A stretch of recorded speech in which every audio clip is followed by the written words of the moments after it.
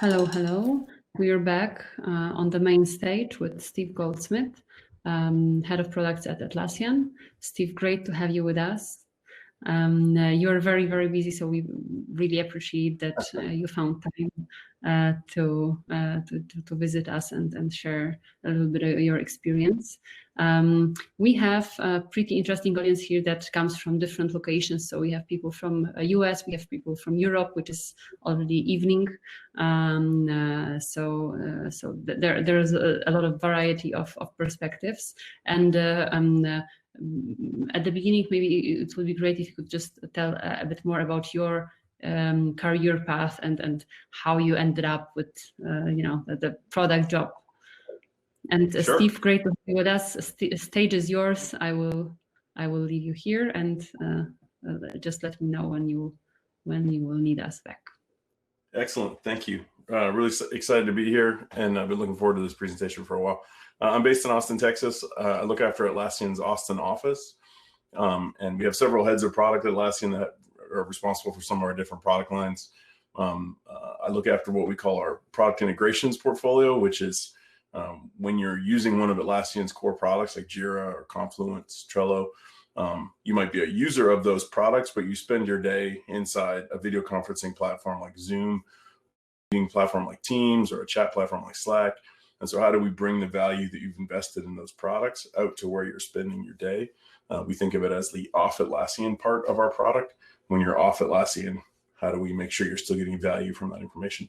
And it's pretty exciting, and it's actually a direct result of some of the work that I'm going to talk about here as well, of going and following where our customers are.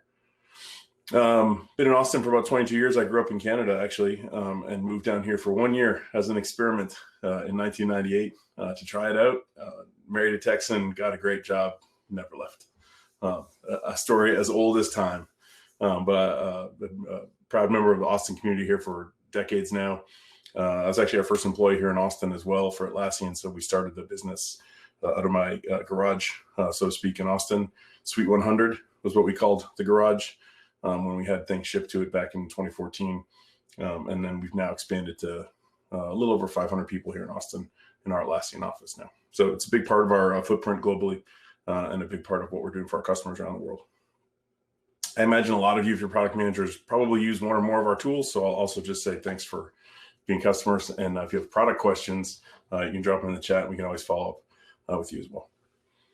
What I'm going to talk about here today, let's see if I can get these slides going, is values-driven product shutdown. So oftentimes everybody talks about their wins and how they decide to do, how to make things successful. Oops, that's going to be one of those infinite things. Hang on, bear with me here.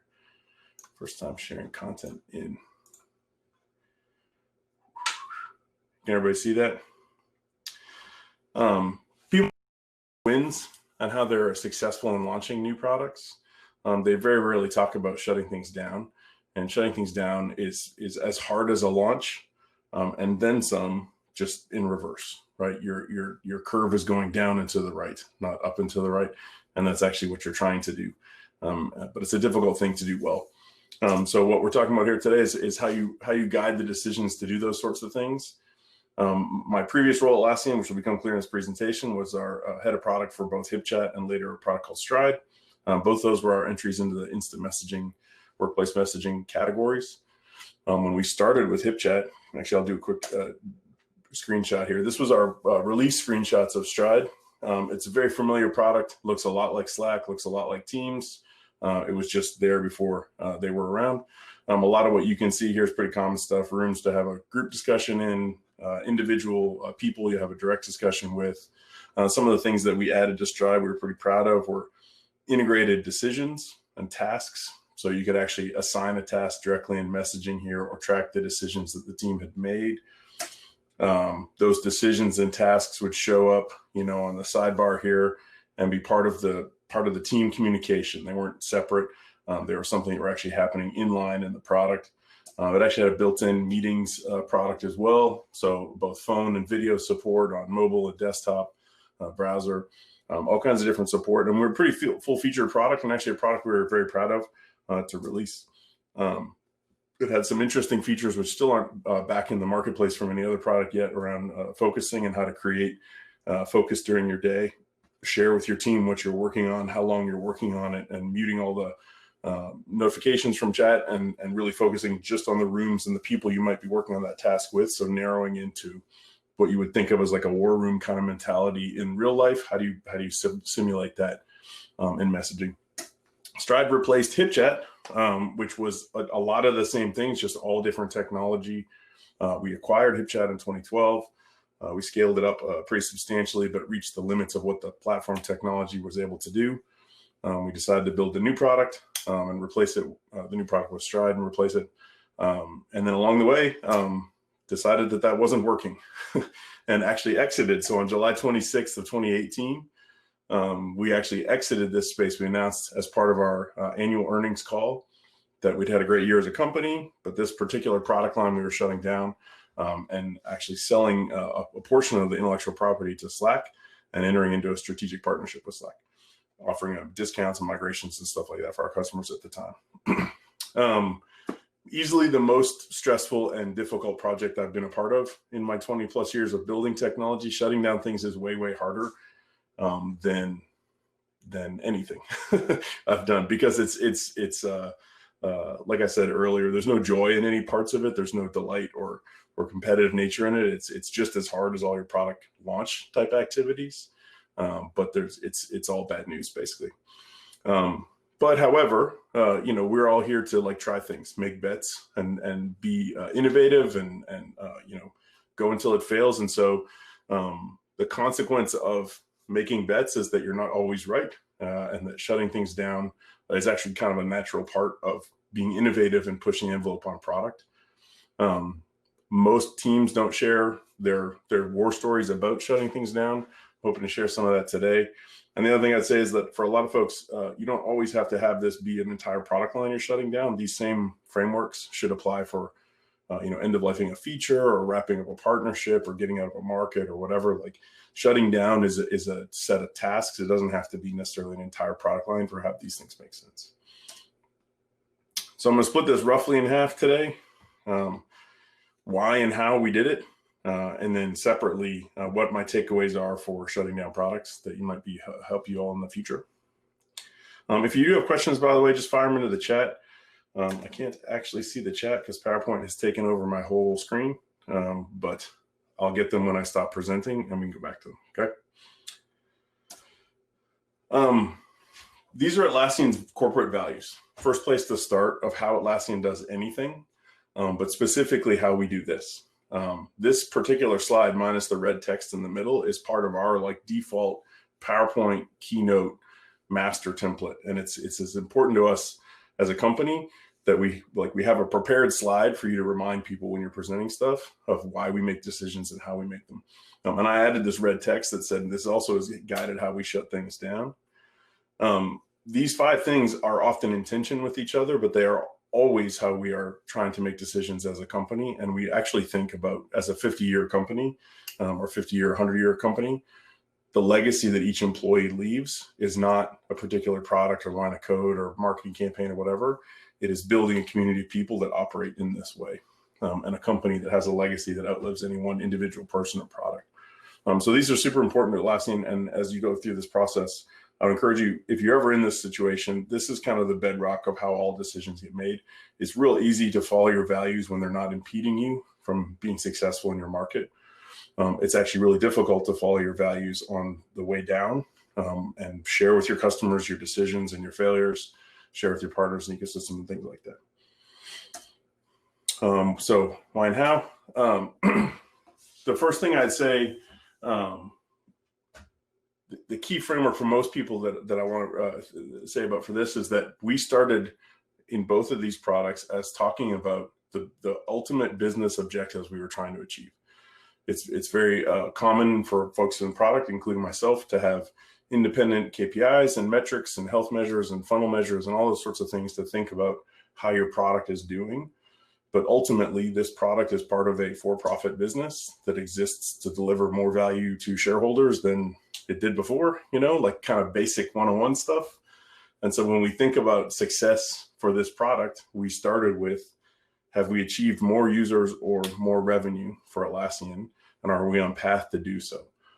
And that kind of like bedrock foundational understanding of what you're trying to achieve for the company helps as you go into the weeds and really are part of like a whole series of small micro decisions around launching a new product.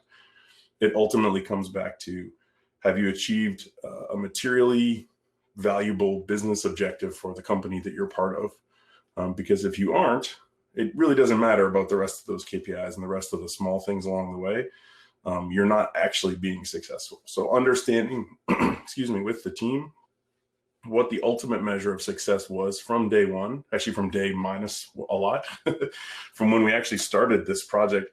I took a picture of, I think the first time I threw this slide up, which was about 4 or 5 months before we launched the product, and saying, remember, this is how we're measuring success. It was still the Hipchat one. And then the very first time we did our team town hall, which was the month we launched it. And we officially branded it as Stride and launched it. Consistent measurement to the team around what success was. And if we didn't hit this, we weren't going to be successful. When we started, this is actually a slide from the keynote that I gave to the team back in the summer of 18 when we exited, and said, these are we studied this. Nobody wanted to exit.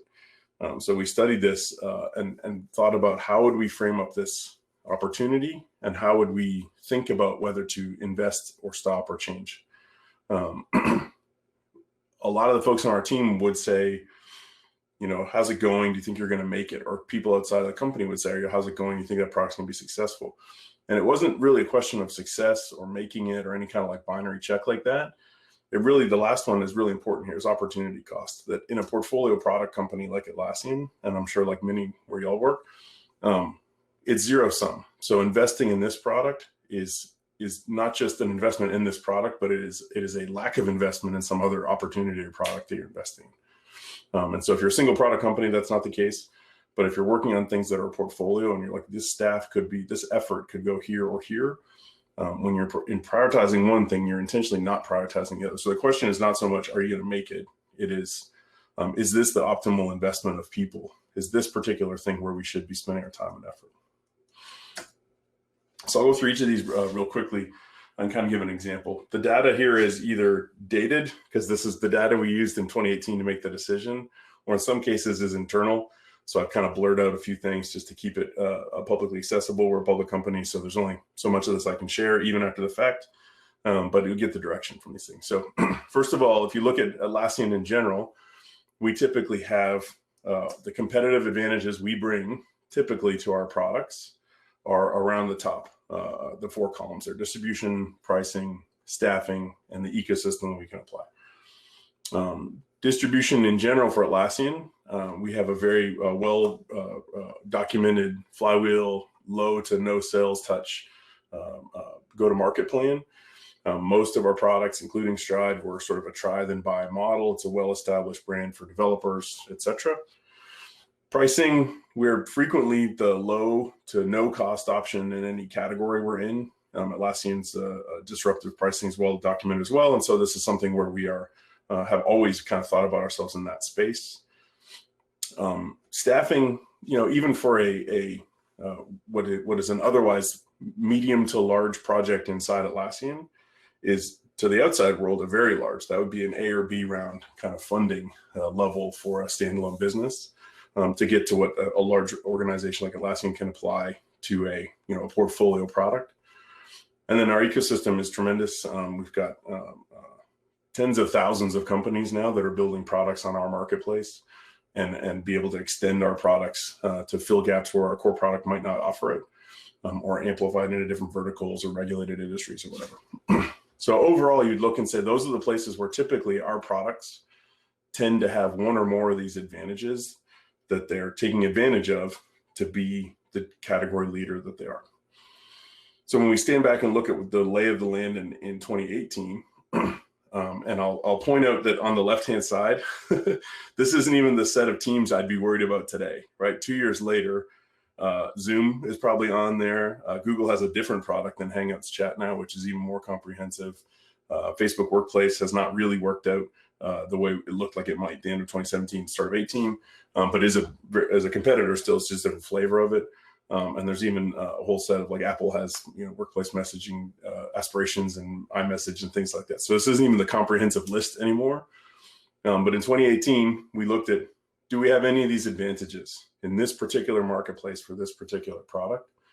And as you read through there, you think, well, those are 3 or 4 or 4 or 5 now of the largest companies in the world that are throwing, in Slack's case, their entire business at it. They're a little over 2,000 people now. And in Microsoft and Google and Facebook's case, hundreds and hundreds of people working on this product and offering it for free as part of a bundle or part of a bundle sales strategy. So in those cases, distribution, we don't have an advantage. Each of those places have better distribution than we do. Pricing, we don't have an advantage. They're either bundled with a massive install base, or they're being offered with a tremendous amount of marketing, as Slack was, or with a incentive pricing structure that Workplace was. Staffing, as I mentioned, you're massively kind of outgunned. Even what we would think of as a relatively large project inside Atlassian is not anywhere close to like those kind of numbers.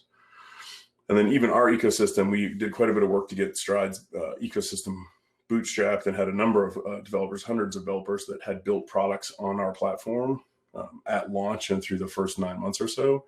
But we're nowhere close to the kinds of ecosystems that Google or Microsoft or Slack had at the time.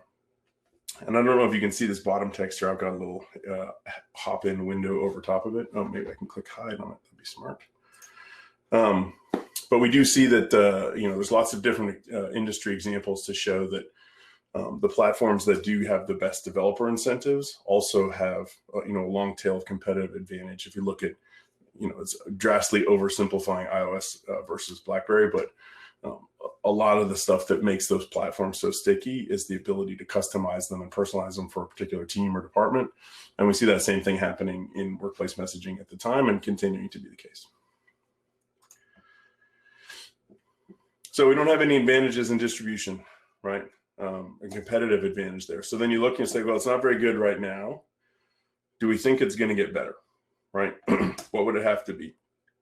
This is a chart that I would say, number one, you go back to goals versus actually reality. From day one, we had everything instrumented and knew exactly how many users we had, how many active instances, et cetera. There was 1,000 charts like this. And being able to very clearly say to your team, this blue line is where we said we needed to be, and we're coming up on that, but we're not at it yet. And actually, we're quite a bit off of it. This blue line in this particular chart had been revised downwards based on a couple factors. And so you're not even hitting the revised lower amount. And the conversation with the team at the time was, did we miss it, or have we just not released that thing, right? So there was always, it's not a static product, it's a cloud service. And so every day the product that was Stride was different than the day before, based on releases in one or more of those pieces of technology. And so you start to look at it and say, okay, we've got all these things we've released. Are any of those making the impact in the metrics that we would have wanted? And this next chart is one of the ones I had to blur out, unfortunately, but it is sort of your traditional pirate metrics across the top: acquisition, activation, referral, retention, revenue, and then actually coming into monthly active users that are a result of all of those things. When we started looking at this, beginning of our fiscal year is July 1 through June 30. So we're looking at the spring of calendar 18, about 6 or 8 months after we launched it, and said, how is this actually performing, right? How much top of the funnel evaluators are we getting in? What is their kind of survival curve of how many of those evaluators are still active at week 4, and how many users are they bringing? How many of those folks are referring either to another organization or to more people inside their organization? How do those referred users retained? What's the overall churn rate of those things? What percentage of those people are upgrading to a paid tier? How many of that's actually working out? So we had a very, very sophisticated view of how the machine of Stride was working.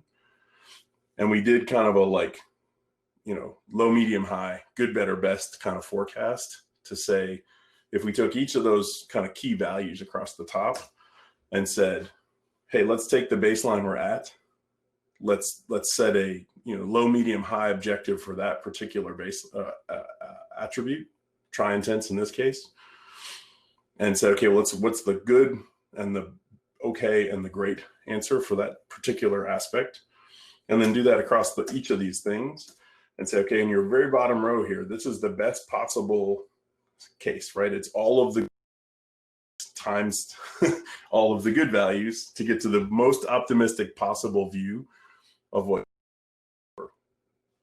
right? And then you'd sit with those particular product teams and say, hey, you know, for your part, you're a marketing group that's trying to get evaluators into this product. For us to be successful, we're going to need you to help go from, you know, wherever you're at right now to this new value in our best case, starting, you know, in the Q1. So we have about 2 months to get your plan together. And then we really need to like crank this thing. What do you think, right? And those teams would go, wow, that's a lot more than we were planning to do. And then you'd sit with your in-product team that was working on activation and growth experiments. You'd work with your retention and lifestyle marketing teams and all those things, and say, for each of those people, you'd say, hey, here's what like success looks like. How do you, as the functional owner or team that's working on this particular part of this machine, think about that? What's your reaction? And in most cases, those teams would say, that's way outside of what we thought we were trying to accomplish.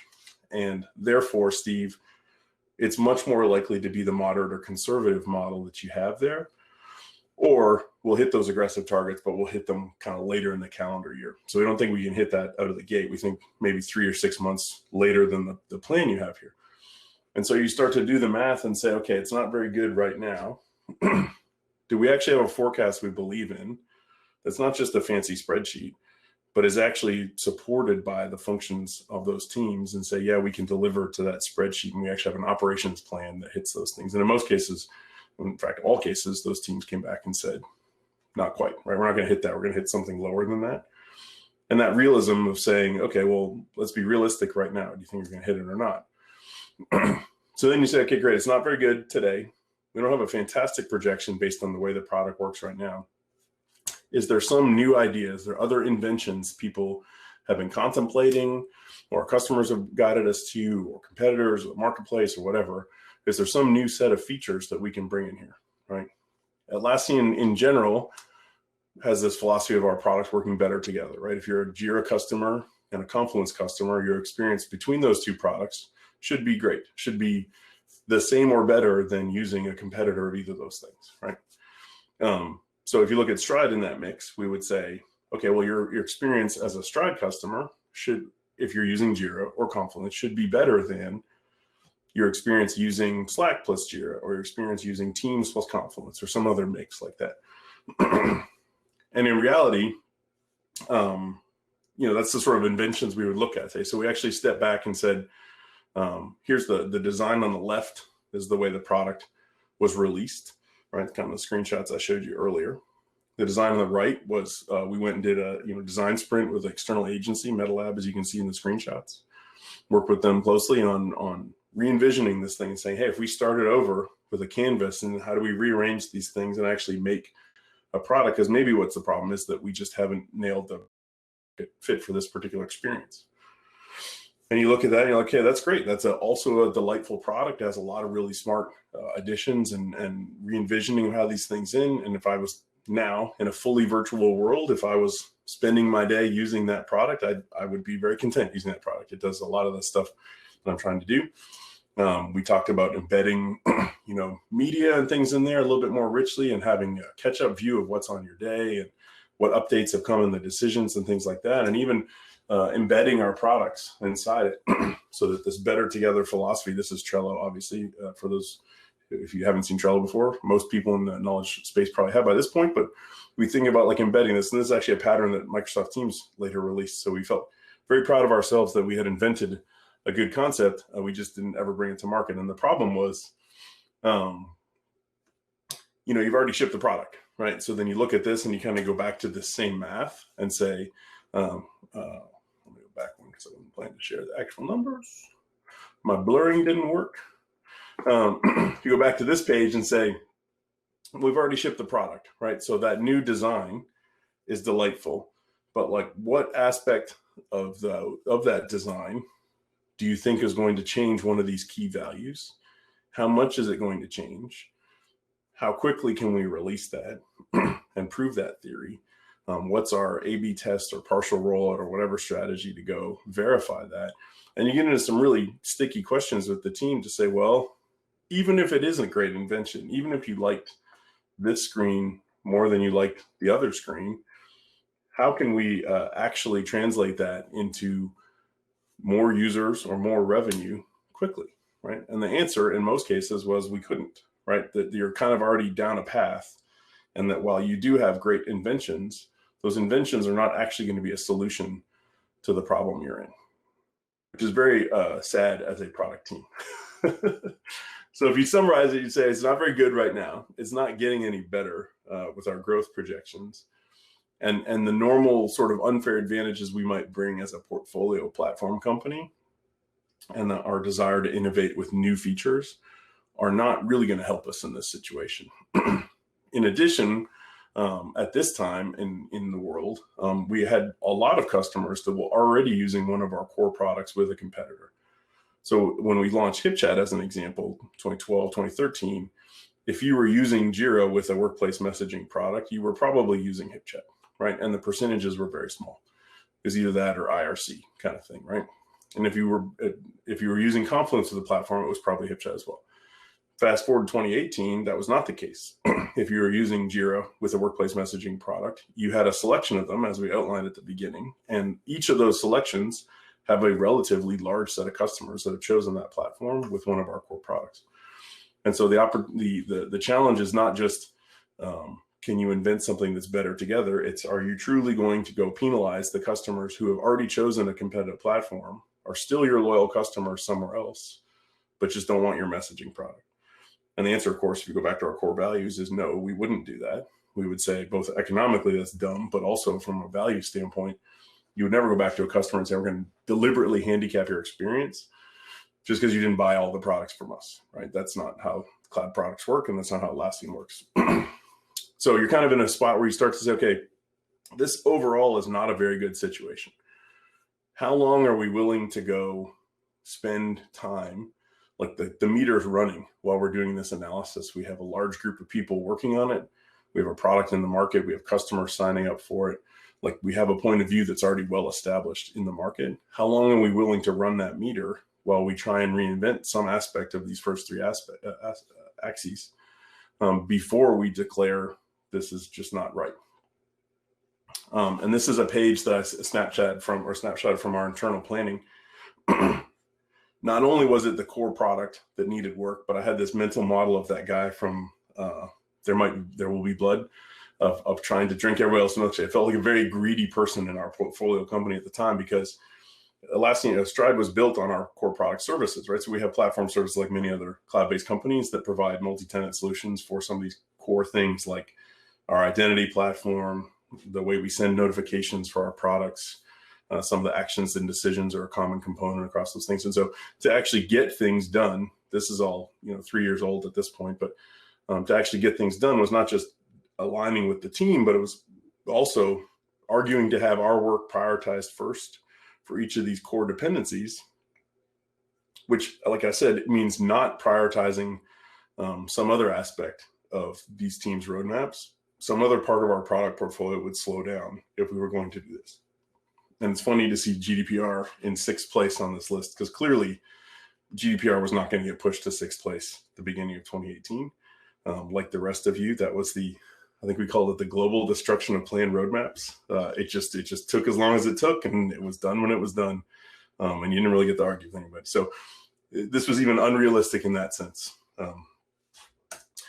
So then this is like the product leadership moment. This is where I would tell the team, this is the management of product management, and saying, you have to actually face the facts that it's not working, right?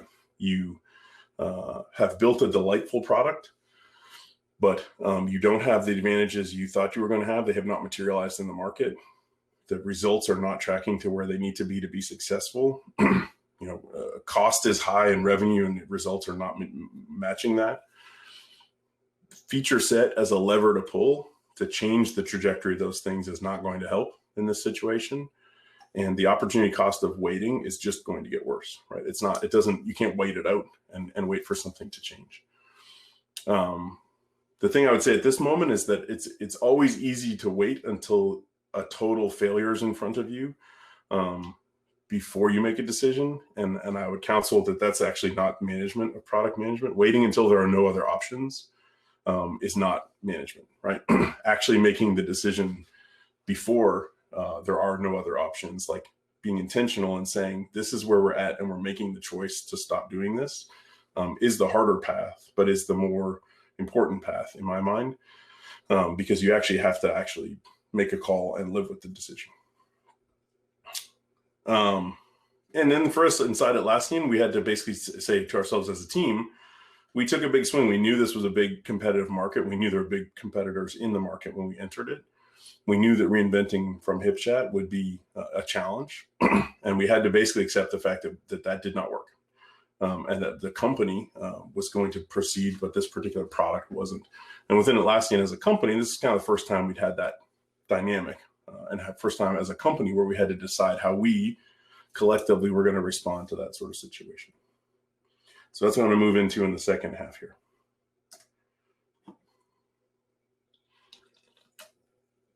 So I talked at the beginning of like why and how. This is the how part.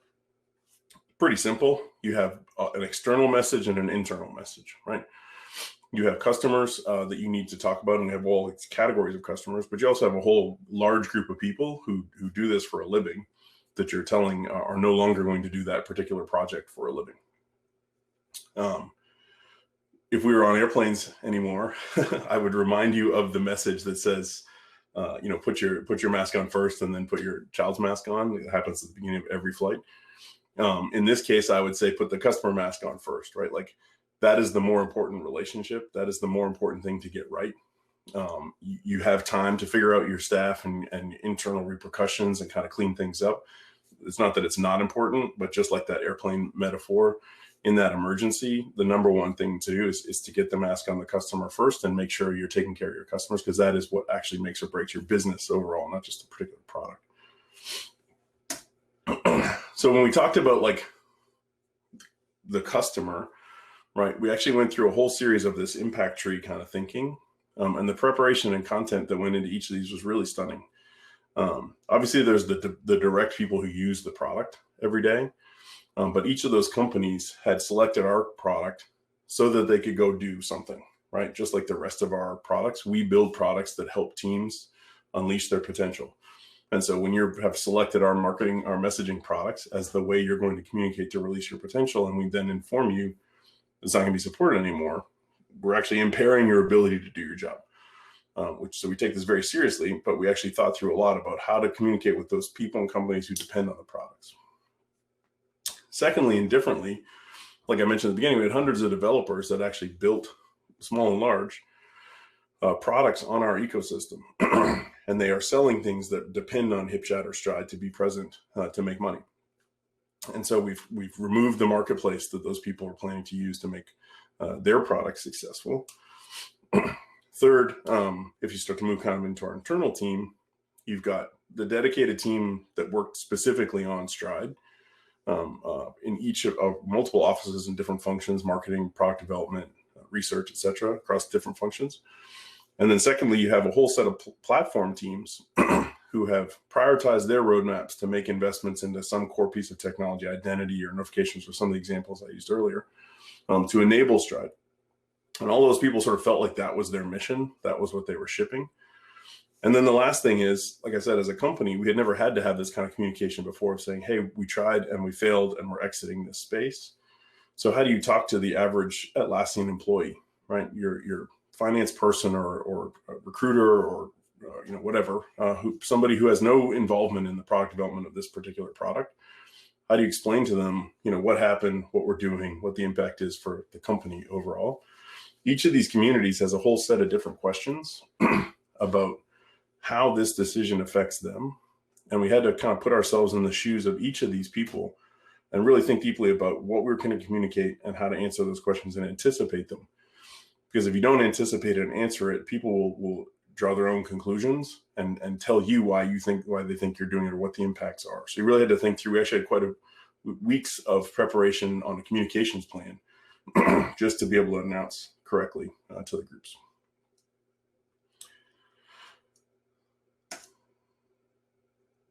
This is actually a picture from Stride launch day of our office in Austin. I only put this in here just to remind that this isn't a spreadsheet. It's easy in these processes to start thinking spreadsheets. All of these people and many, many more rooms like this, we're working on Stride, and we're standing around on launch day celebrating when we had brought this product to market. These are craftspeople who care deeply about building amazing products. And it's not just a spreadsheet of, curves and whatever. You're telling people who worked hard and sacrificed personal time and evenings and weekends and on call and stuff like that, that we're shutting it down and they don't get to do it anymore, right? And that is a real challenge. It's a personal challenge, but it's also a leadership challenge to be able to explain why and share that with the people along the way. I use the 5 stages of grief as my metaphor for this, and because it was actually what people were going through. As we talked to those people, everybody would go through, anger, bargaining, denial, all the phases to kind of get to acceptance. And they would go there on their own time, their own pace through the thing, whether they'd suspected this, whether they were stunned by it, et cetera, kind of different starting points. And it was really interesting and challenging as a leader to go through that and say, let me help each individual person who's encountering this data and this announcement process it and get to where they understand, Atlassian made an investment here and it didn't work. We tried hard and it didn't work, and that's okay. And we need to move on from here, but it's not up for debate. In fact, this picture is my mental model and what I told the team, the Mr. Spock versus Mother Teresa. How do you evaluate the situation very clinically and factually, which is the Mr. Spock side, but then execute and explain very empathetically and with care, which is the Mother Teresa side. And I know these are the two kind of like bookends of how you think about this, but you can't mix these up. You have to have the clinical and factual analysis of what's happening, but you don't communicate that way. That would be awful. That's Mr. Spock. And similarly, you can't start doing the analysis with empathy and individual impact as your guiding post, because then you'd never do anything, right? Somebody's going to get their path changed with a decision like this. So keeping those two sides of your brain separate and saying, we're going to make an assessment here that's very factual, but we're going to communicate it and roll it out in the most caring and empathetic way we can for each of those communities. And I'd say your role as a product leader at this point switches from accepting the facts and doing this analysis to then being a megaphone and helping everyone else accept the facts. It's the exact same stuff, but now you're evangelizing and sharing, much like you would a product vision or a market opportunity or a new place you wanted to invest. You're taking those skills, but then applying it to this shutdown case and saying, didn't work. It's not working any better. We don't have any inventions, and the opportunity cost of waiting is too high. And really helping people get to the fact that it is over and you have to accept that, right? And so however it takes for you to process those facts, each individual, that's how your role as a product leader is not to lead the product, is to help the team through the fact accepting mission. So that's the why and how. I'm going to pause for a second and then we can start into the takeaways of what we learned doing this process. It's always weird to present remotely. I hope everybody's enjoying this. I can't see any of you. So the takeaways. First of all, I go back to values matter, right? Same slide as before. These decisions are really hard along the way, and the comfortable spot is to like sweep it under the rug in some way, right? Tell people something that's not as bad as the truth in any of those categories, the ecosystem or the partnerships or the platform or whatever, the staff. Create some story that is less awkward and less painful than just the truth of you tried really hard, it didn't work at the end, right? And so having that transparency, open company, no bullshit is what guides a lot of our communication inside Atlassian because it's obvious from the numbers. And so just make it obvious and own the decision, but keep that balance across different things. Keep your customers in mind. Think about the team. So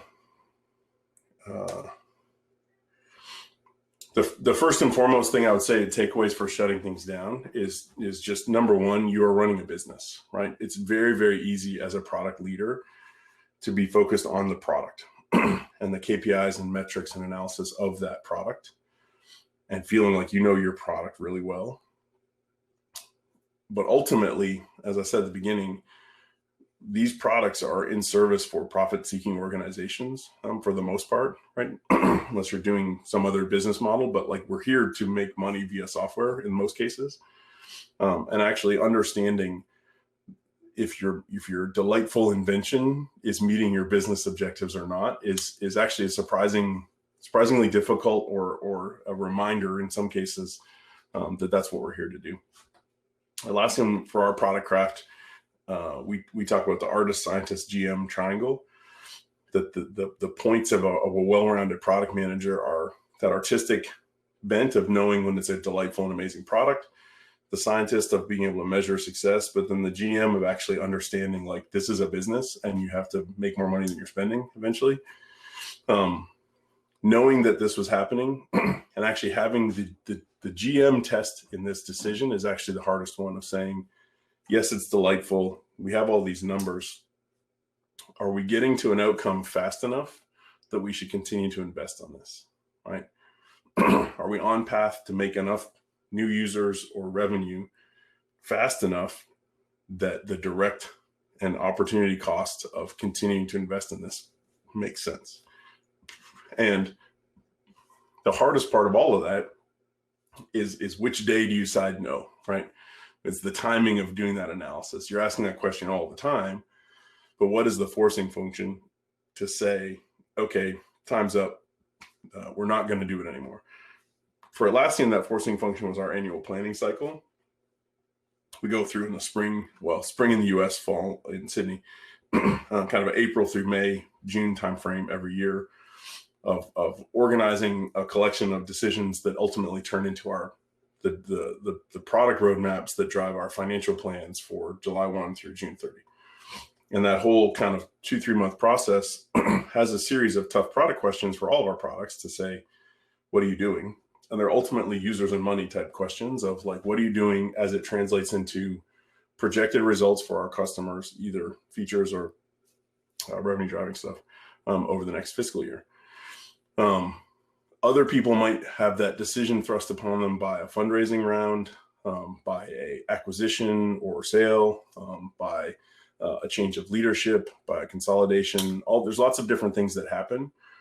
My advice for this, I guess, would be don't wait for that big trigger event. Like this should be a question that you're able to answer at any time. And it's always worse to have somebody else make the decision for you. Right. So I obviously say I don't want to wait for my dad to come tell me this. Like there is the knowing your business well enough to know when your business is not working is product management, right? It is understanding that this product is not meeting its goals, and you should never wait for somebody else to come and tell you, hey, your product's not working. The second one I throw out here is that it's the most important launch ever. Shutdown is your most difficult and most important product launch ever because you're launching, I call it in the past, big bang, bad news, right? There's no create your way through an agile methodology of fractional rollouts and A/B testing and da-da-da-da. You get it all ready and then you share it with everybody. And you can't reel it back, and it's very difficult to think on your feet at that point because there's so many people that are affected so broadly. So actually taking the time to think about shutting things down the same way you would as a product launch is how I would counsel doing this. It is a cross-functional, stressful, deadline-driven, executive visibility, board level kind of project, except it's all bad news and you don't want to do any of it and it all kind of sucks, right? So like it's even more complicated and even harder than that marquee flagship product launch you're thinking of right now. And as I mentioned earlier, understanding who you're launching this to. So it's not just to the direct customers of the product, the end users, the people who administer these products, the staff who are depending on them, Atlassian's investors, because this is a big part of our product portfolio, the ecosystem partners, kind of the extended families of all those people. How are we giving those folks a message where they can go home and say, this thing happened at work today, and how does it affect us? they're going to hear the news, and they're either going to hear what you've thought it through, or they're going to extrapolate and cover the gaps. And actually taking time to think through the impacts means you can document and share messaging that explains the impacts in your thinking, all that sort of stuff, and minimize the amount of space where the individuals are going to go fill in the gaps. The other thing I would say on this is as a consequence of that, just like when you know you're about to release a new product and you haven't told your customers yet, and maybe the rest of the company doesn't know yet, it's a big top secret thing, this is exactly the same. There's the burden of knowing that you're going to shut this down, that you as a product leader carry until you're ready to share with the world. And what that means is you walk into work every day knowing that this product is done. The people who are working on it are going to have their lives turned upside down. The customers are going to be disrupted, et cetera, but we just haven't told them yet. And that burden of knowing that is actually quite challenging. And the alternative is to say to your team, hey, we're going to shut it down, but I have no idea what you're going to do next. I have no idea how that affects you. I have no idea when we're going to do it. But like, listen, partial bad news is not better. It might feel better as a leader or just as a human to not be keeping people in suspense. That's my 45 minutes. But it's really not better. It's better to have the whole story and explain to people what you're doing and the impacts on them for all of those communities as one. But that does put you in the position as a leader to know that something bad is happening and you just haven't told people yet. The burden of again, product management, you're managing, right? You're not just building products. And that's the burden on the management side. The last one here is a quote from Ben Thompson. If you don't read Ben Thompson, you should.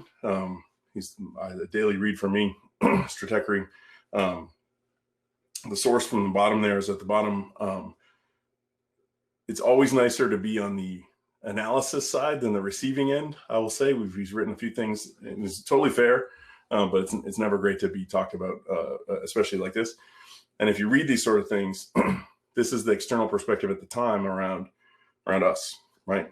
And just reading the top of like, we lost the battle and lost it handily, you're like, oh, yep, we did.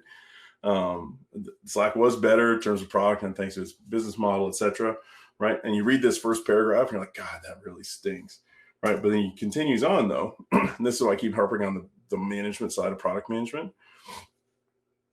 You need to recognize when you lost. Right. And this is actually like what good long run product management is don't keep making bad bets. Actually understanding and acknowledging that it was a bad bet, getting out and starting over on a new bet is the challenge that we all face at some point. And what he points out here is that actually the hardest community usually to convince that it's a bad bet is the people who are actually working on the thing. It's their passion project that they've put their blood, sweat, and tears into. And having those teams actually go and get the true believers, as he calls them here, understand that their bet is not going to work, is the hardest part of this process. And the last bit here is satisfying to say, like, the fun and games of strategy become, the underlining's mine, by the way, the fun and games strategy become a test of leadership, of actually saying, it's not just a spreadsheet anymore. You're actually like guiding a group of people through a challenging part of their career and making sure that we come out the other side. That is the real challenge of these things. And as a company, we definitely passed that. And so this is my last takeaway, is that our values actually drive everything. Failure is not a fuck up unless you actually make it into one, right? So this could have been our worst day as a company. We could have just totally cratered and disappointed all those communities. And instead, oddly, it is one of the proudest ones for me personally of how we handled this challenging situation. And the reason I'm proud of it is we went back to our company values at every step. We talked about how we were going to talk to our customers, our team, our ecosystem partners, our investors, et cetera, following our company values. And they guided us on the way down, just as they would on any investment. We tried and we failed is a big objective, probably the most ambitious thing Atlassian's tried in a long time, but we didn't turn that failure into disaster for the company. We're all still here. Most of the team that was working on that, even 2.5 years later, is still working at Atlassian on some other part of our business and thriving. And as you've seen externally, the company's thriving. So it's not, we didn't ruin the company. We didn't destroy our customer trust. We didn't destroy the staff. We didn't do any of those things. We just tried really hard on a product. We didn't make it and we were able to move on. And I think that that's the most important part of all that. It's not unique to us, but handling shutdown in this way, whether it's a product or a partnership or a roadmap feature, whatever, is important because that's ultimately your measure of success. live to fight another day. That's it. That's my presentation. Thank you, Steve, very much. Do we have any questions from the audience? We have a couple of comments, but is there anyone that would like to ask a question before we will jump to the Ask Me Anything sessions? You can, we will give you a moment just to type if you would like to ask Steve for something. And in the meantime, Steve, we have a question for you regarding the challenges that you had as a product leader. And there is a concept that Dr. John Shearer that was with us yesterday and will be on workshops tomorrow and Friday, is sharing about leadership in general, that basically we can grow as leaders by confronting our greatest fears and tigers, he called them tigers, and that crises, and the last slide that you had, that basically fuck-ups are not failures. What is your emotional greatest experience that was a challenge that you turned into a growth factor? I actually have the Apple Watch like everybody else, it seems like these days, and I have a chart from that day of my heart rate as we're announcing to the team, which is a funny little coda on their end of this. I'll see if I can find the picture and drop it in. You can decide whether I'm a healthy 40-something male along the way. But just showing those spikes of announcing to the actual team. And then we were done with that. We announced to the whole Austin office. So you're standing there with our CEO in front of a room of 500 people telling them it's not going to happen anymore. Those are definitely growth moments. Those are definitely fear of failure moments. This particular thing has turned into a brand new product line inside Atlassian. So the stuff I work on now with a large team in Austin and elsewhere is basically embracing the way that the market works now. And like I said at the beginning, working in the off Atlassian model, that's a complete change of product strategy since 2018. To say, let's embrace where our customers are versus trying to convince them to move over here. Right. Instead of saying, don't use that platform, use ours. We've switched and said, stay where you are. We'll bring value to where you're at. Not just through an ecosystem play of saying, here's an API, other people can build this, but actually treating those surfaces like products that we want you to be successful in. So I would relate it like mobile back in the day, where you went from saying, looks like there's a third-party shop that's building a mobile app for us, to saying, we actually care so much about the experience for our customers on mobile that we're going to create our own mobile team, or we're going to do mobile stuff. And that's going to be part of the solution you're buying. That shift in thinking is the shift in thinking that Atlassian's had around, workplace messaging products and specifically, but off Atlassian in general. And so this experience in 2018 has actually turned into a whole different set of products that we offer now. And delight our customers, and actually are growing. We have more people using the integrations to our competitor products than we ever did using our actual competitive products. Think of it that way. Right. So following the market and actually delivering on what people want you to do, and the core products themselves. Yeah. So you definitely turned this challenge into a productive and successful outcome. And if you go back to this moment where your heart rate was just like a jumping up, and you were about to announce those hard information to your team, what was helping you as a person, as a leader, to have the courage and have the strength to face the situation and basically, put a lot of energy to shift not only your mindset, but also take people with you, right? Because it takes so much energy, right, to drive that kind of change. I think the team effort, first of all, we had a group of people, not just me, but the confidence of the analysis that led up to it, right? We treated it like a launch. We did the market opportunity and all the sorts of things that you would normally do when you're building a new product, and So we had confidence in the analysis and the thinking. It wasn't just like, hey, you had a bad month. All right, forget it, we're out. You actually had pages and pages and treated it like a project that had a team that worked on it, that was able to stand there and say, look, we've tried to make a case for this to be successful 10 different ways. And we have the slides I showed and 100 more of trying to slice and dice this or find a way out of this. And so when you're finally at the point of talking to the team, you sort of unfortunately have the confidence in your analysis to say, look, if there was another option, that's what we'd be talking about. There isn't. I can tell you there isn't, right? And they all kind of came back to that same frameworks of, even if you have another invention, you're somebody in the team that has another idea, the cost to implement that idea, roll it out, get dependencies lined up while the meter's ticking, and then the rigor to say, which part of our actual funnel or business do you think that that's improving? Squashed everything basically. But even that was the mechanism by which a lot of people got through those stages of grief and saying, but wait, can't we do blah, blah, blah? And you just keep going through that same framework over and over again. And the answer for everything was no. So it's definitely a trying moment as a leader. But the thing I'd say that made it successful was actually taking time to have analysis and thought into why you're doing it that you could refer to over and over again and be consistent in that message. Yes. Looking back, do you regret that you did it at this particular time, a point in time, or like you would have done it earlier, knowing how it will turn out? I mean, I feel incredibly validated. Microsoft conveniently announced their daily active users at the end of the day yesterday. So I have hot off the presses numbers to share today, and they're like massively further than we thought they would be.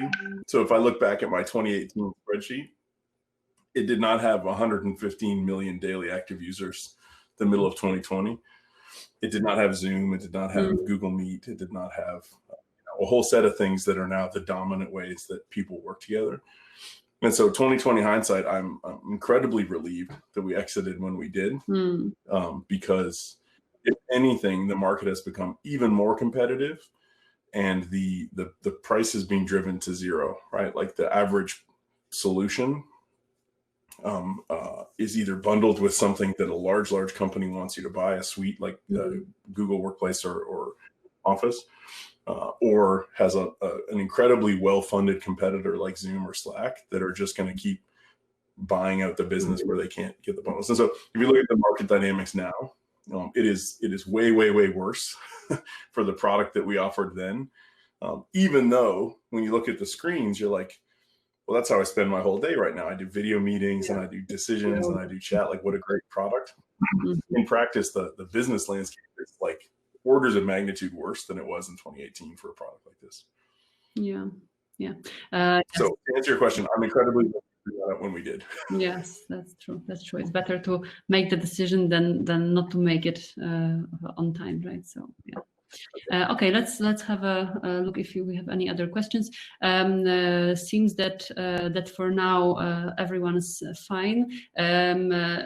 We will have just in 5 minutes a session with Steve. So whoever would like to say hi to Steve, this is like a very unofficial, informal way to interact with Steve. So if you just want to, join the session and say hi and just, like share even your feedback after this presentation, please do. Steve will be available there. And to go there, we will just need to leave the main stage and switch to the session section, which is on the left side of the navigation bar. We have one question. No question, but a comment. Thanks, Steve. That was very valuable presentation! ! I guess a product shutdown is a kind of rare experience for majority of us, and it's great to be able to take from your experience. One of the things that I like the most in Atlassian is your openness and straightness. No bullshit rule is real. And this is also our comment from our team that is that was listening to you, that we are really impressed by the values and how consistent you are with your actions and the company's values. So great. It was a really great story. Thank you very much, Steve.